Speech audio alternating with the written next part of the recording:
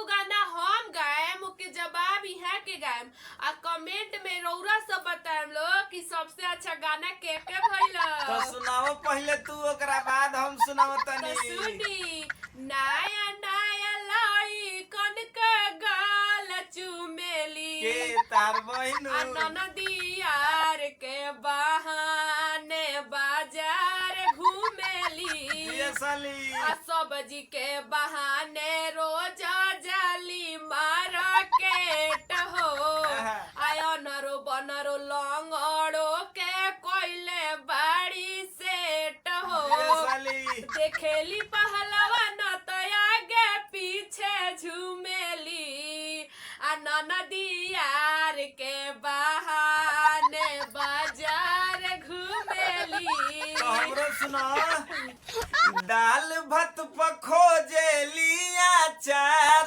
साली जी आ बिछावा ना पखोजेली भातार साली जी। अब कवे के चक्कर में चारावे जाली बकरिया आ बूढ़ जवान लई कन पमारेली नजरिया आ जाली जब बाजारे तो यार खोजेली आ बिछावा ना पसाली जी भातार खोजेली। ननदो हई ये साली